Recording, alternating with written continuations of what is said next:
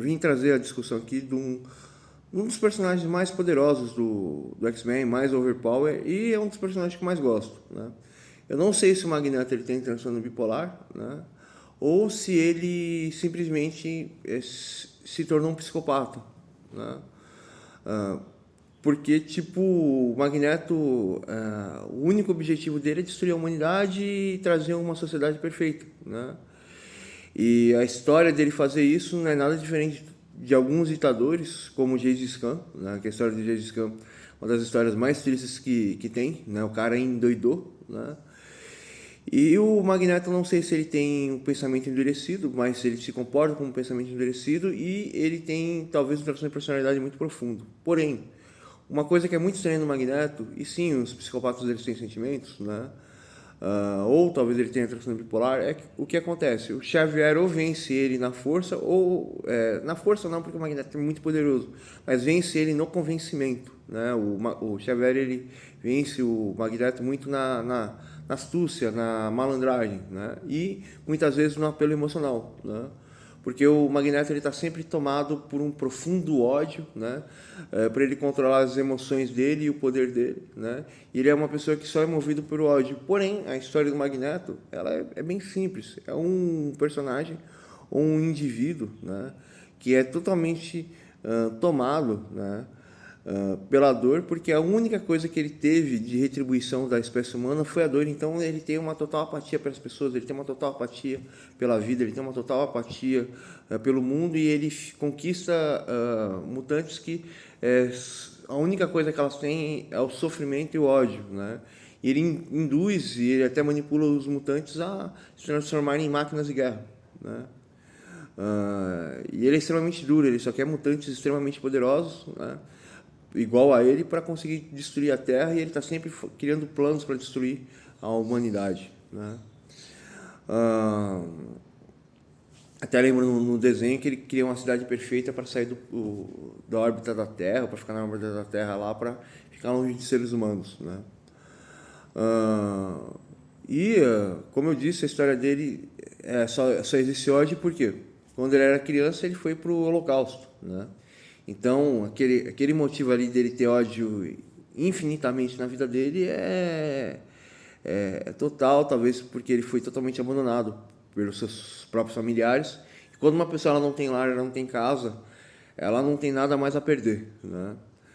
E além disso, né, ele perdeu a família dele quando ele era adulto, né, por causa dos poderes mutantes dele, e os poderes mutantes dele não eram tão fortes assim. Porém, eu acredito que ficou extremamente forte, ele se vingou de todo mundo.